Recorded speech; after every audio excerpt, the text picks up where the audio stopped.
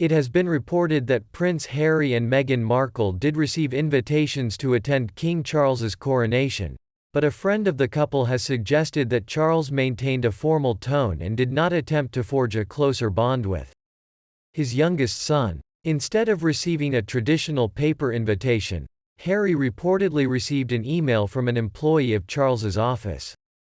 Sources indicate that Harry would have preferred a more personal invitation from his father, but this did not come to pass.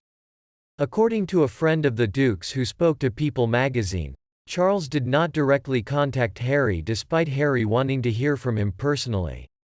As always, the king relayed his message through someone else. In the end, Sussex did not receive the desired form of invitation.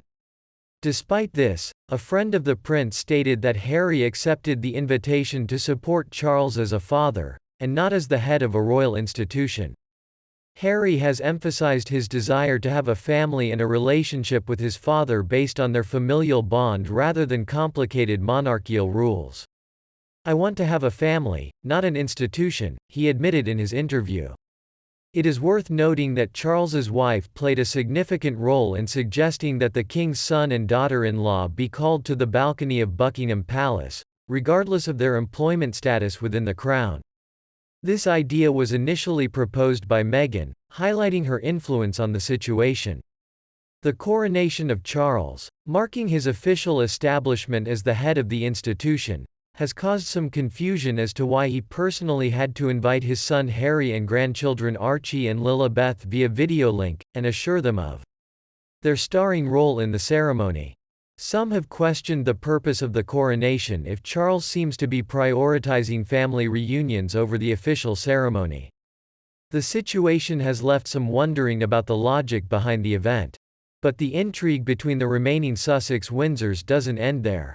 Royal writer Robert Jobson continues to uncover behind-the-scenes secrets of the royal family, and an excerpt from his book recently leaked to the press about how the Princess of Wales found a walk with Meghan at Windsor last September one of the hardest things in her life. "I agree that it's not nice to walk side by side with someone who has said unflattering things about you to the world. But it's immediately obvious that Kate didn't see the real problems in her life, since she found it the hardest thing in her life to walk in the company of her avowed sister-in-law and make a stony face. It is important to acknowledge that Kate is not the only person who has expressed these sentiments." According to another excerpt from Jobson's book that was recently published, Meghan also conveyed that she felt uneasy when in the company of Kate and found the walk she took with her and William to be a challenging experience. These revelations are somewhat unsurprising.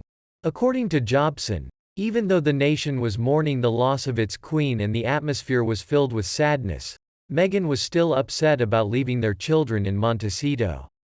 Additionally, she was aware that their stay in Britain, which was already difficult due to hostility towards them, would now be prolonged due to the farewell to Elizabeth.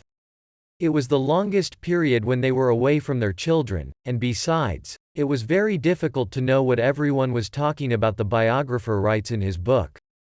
Looking at the shots of the two couples together, you can see how both women tried to avoid each other by averting their eyes. Well, after all the interviews with the Sussex couple, how could it be any other way?